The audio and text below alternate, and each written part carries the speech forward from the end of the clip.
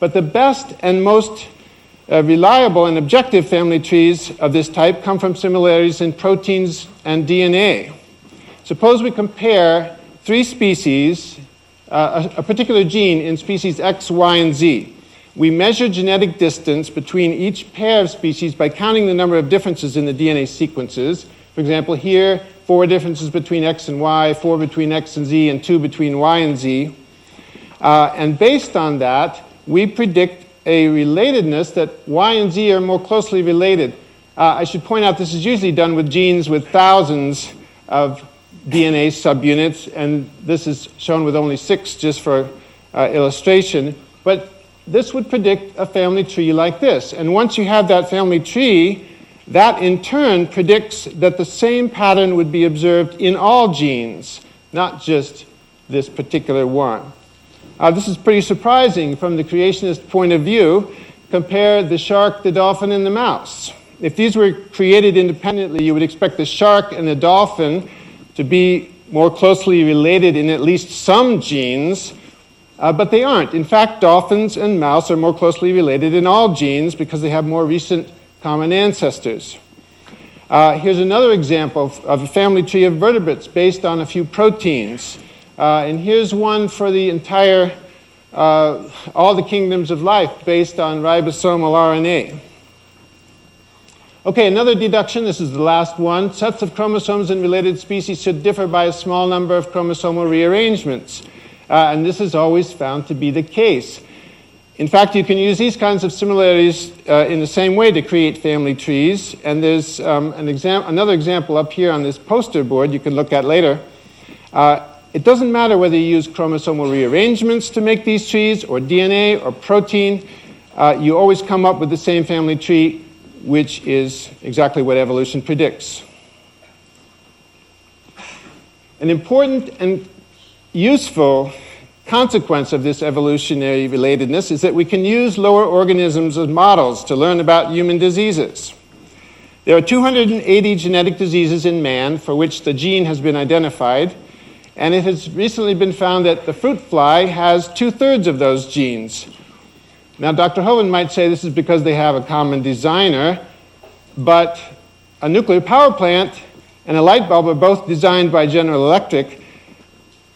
Do you think we can learn about 2/3 of the things that go wrong with a nuclear power plant by studying a light bulb? I somehow doubt it. In conclusion, evolution is a good scientific hypothesis because it makes many testable predictions. It suggests experiments and observations that we can do, and most importantly, it's potentially falsifiable or disprovable. This means that it makes such strong predictions that if they were not confirmed, the hypothesis would have to be rejected. And I challenge Dr. Hovind to tell us why creationism deserves consideration as a scientific hypothesis. Tell us what predictions it makes. Tell us how it could, in principle, be falsified. Tell us what observations or experiments could, even in principle, disprove it. But evolution is more than just a hypothesis. Its major predictions have been confirmed, as I've shown you examples. It has withstood people's best attempts to disprove it. It stood up to some really rough tests that could have easily disproven it if it hadn't been true. For example, suppose the world really were only 6,000 years old, like Dr. Hovind says. Then we would have determined the ages of lots of rocks, and none of them would have been more than 6,000 years ago, more than 6,000 years old, and so evolution would have been in the trash. But that's not what happened. Another example, if species were really created independently, then we might have found that dolphins had half their genes similar to sharks and the other half similar to mice. And so evolution would have been disproved, but that didn't happen. Another thing about evolution is that it explains things that no other hypotheses can, and as I mentioned, it's been extraordinarily useful in guiding productive research. This is why evolution is accepted by virtually all biologists, geologists, and biochemists, and that's why it deserves to be called a theory. A scientific theory is not just a hypothesis, it's something that's been well established. And indeed, it's not only a reasonable theory, as we are debating, it's one of the most important and the best established theories in modern science. Thank you for your attention.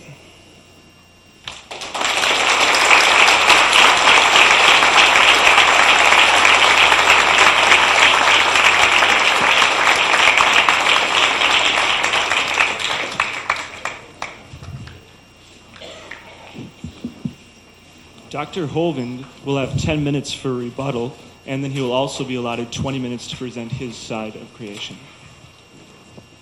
All right. Well, thank you so much for being so patient. I apologize for being late. I didn't miss. The first flight was canceled leaving Pensacola, so they said the quickest we can get you there is 5 o'clock. I said, well, how far a drive is it from there to Oshkosh? They said, 2 hours. I said, let me drive. We will cut that down some. Amen. But it's an honor to be here tonight, and I appreciate you all coming out. What we're supposed to be discussing tonight is basically the question, is evolution a reasonable scientific theory? I think we need to first of all define a few terms here. Evolution has quite a few different meanings. I got these straight out of the dictionary here. An unrolling and unfolding process. The one we're discussing here tonight is probably more relates to number 4. It has to do with biology. The development of a species, organism, etc., from its original to its present state. Now, this definition of evolution is a little bit deceitful. What happens, as I'll show you in a minute, a lot of other things are smuggled in along with this definition. There is no question the organisms we have today are descended from their ancestors, obviously. And there is no question there have been some changes. Now the question is, how far do the changes go? And where do you leave science and enter religion, speculation? The Christians have no argument, the creationists have no argument with organisms changing, but we think they're limited to the same kind. Several times, Dr. Paulson tonight emphasized the changing of species, the changing of species. Well, now, species is kind of a nebulous term. A dog, a wolf, and a coyote are different species. Look them up. Canis lupus, Canis domesticus, but they're interfertile. Nobody's ever nailed down a good, hard, solid definition of species. The examples he gave of the gulls, not being able to interbreed, well, stand 30 feet away and look at it. It's still a bird. Okay, it's a gull. That's not evolution. The Bible never says they're going to bring forth after their species. The Bible said they bring forth after their kind. And just because you get two animals that end up being slightly different variety, that some scientist today decides to call them a new species, it doesn't mean they're a different kind. I did not see one example this evening so far of any evolution showing a different kind of animal. It's just what somebody calls a new species. So if we're going to deal with the development of species, organisms, etc., from its original to its present state, or that all species descended from earlier forms, I'll go along with that. Evolution happens. But that's not what the textbooks teach. They go many steps beyond this and teach the kids that all life forms came from one common ancestor. Probably all the dogs came from a common ancestor, and it was a dog. It doesn't mean the dog and the banana are related. Okay?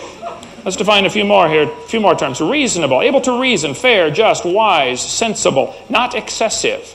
To say that a dog and a wolf have a common ancestor is reasonable, it's wise, it's sensible. To say that a dog and a banana have a common ancestor is not wise and not reasonable and not sensible. Now, if you want to believe that, that's fine, but that's not science. Science means to know, things that we can observe or test or demonstrate. A branch of knowledge, one that systemizes facts, principles, methods, skill, or technique. The basic word is knowledge, things that we can know. What can we observe, we can test, we can prove? I will contend tonight that absolutely nothing in evolution above the species level, if you want to use that word, can be proven. It's all speculation. It's all fairy tale. It didn't happen. Now, if you want to believe it happened, that's fine. You're welcome to believe that, but quit calling it science and quit using my tax dollars to put it in our school system with real science, because it doesn't belong there at all. Theory. A speculative plan that has been observed to some degree. By the first definition of evolution, yes, we have observed, there's no question, that animals can produce a lot of varieties. But I contend the variations have limits. Here's how science is supposed to work. You observe the universe, you create a hypothesis or a theory to explain the observations, and then you present evidence to support your theory. He asked in his closing remarks if I could provide some, why should creation be considered as a scientific theory? He wants me to present some predictions. Let me give you in a nutshell what the creationist model presents, and then we'll make a few predictions. The creation view says about 6,000 years ago, there was an instantaneous creation. All organisms were created together in 6 days. I would predict, based on this, that we would find billions of examples of symbiosis relationships of certain plants that require certain animals and certain animals that require certain plants that defy explanation by slow, gradual evolutionary accumulation of mutations. I think we'll find lots of examples in nature, if you just open your eyes and look for them, things that could not have evolved bit by bit. Read Darwin's Black Box by Michael Behe. You'll see the irreducible complexity exists all over the universe. Then the creationists teach that these animals will bring forth after their kind. Keep that word kind in mind, not species. The argument is not about species. The argument is about where do different kinds come from.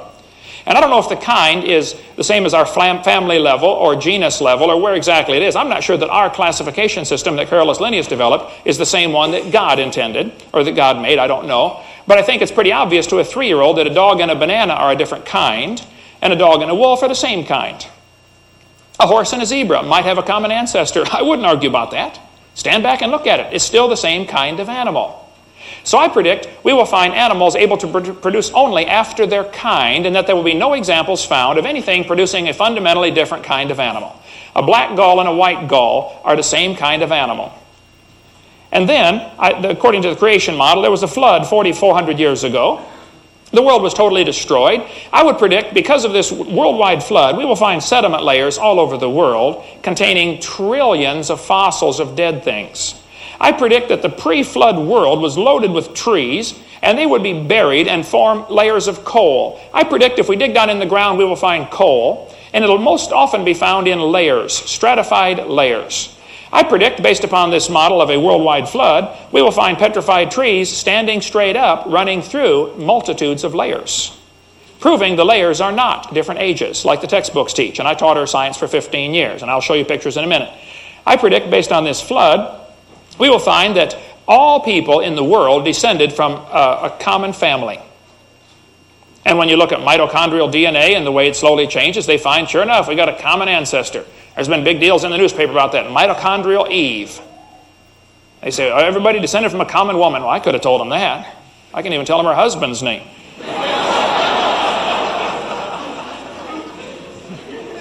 And a couple of the kids. So with science, you're supposed to observe the universe, create a hypothesis, and present the evidence to support your theory. There's my theory. I predict we will find billions of dead things buried in sediment layers laid down by a massive worldwide flood. I predict we will find erosion marks that cannot be explained by the current rivers that are flowing through, like, for instance, Grand Canyon. The top of Grand Canyon is nearly a mile higher than where the river enters the canyon. That river didn't make that canyon unless you believe rivers flow uphill. The top of the Kaibab uplift is 6,900 feet at its lowest and 8,500 feet at its highest. It ranges between 7,000 and 8,000 feet above sea level. The river at the base of Grand Canyon is 1,800 feet above sea level, but the river enters the canyon at 2,800 feet above sea level. Check it out. Rivers don't flow uphill. The strata are not bended like they were slowly uplifted. It's all horizontal bedding. That Grand Canyon was formed by the flood as the flood waters ran off. Grand Canyon is a breached dam across the Kaibab uplift. There's no possible way that river made that canyon. Go to the north side of Mount St. Helens, where I was a few months ago, and you'll see the little bitty Toutle River, about 15 feet wide, flows through this massive canyon that's 1,000 feet wide. The canyon was made in 15 minutes. After Mount St. Helens erupted and blew all the mud down into the valley, dammed up the little creek, 5 days later, the river backed up far enough it got over the top of the dam, washed out a miniature Grand Canyon in 15 minutes. And at the bottom is a little bitty creek called the Toutle River. And I guarantee some brilliant professor someday is going to bring his kids down there and say, kids, you see this little bitty river? It made this big canyon. Took millions of years. No, teacher, this took a few minutes. few minutes of a massive worldwide flood. The evolution view says we all came from a rock as the Earth cooled down 4.6 billion years ago and hardened into a rocky crust.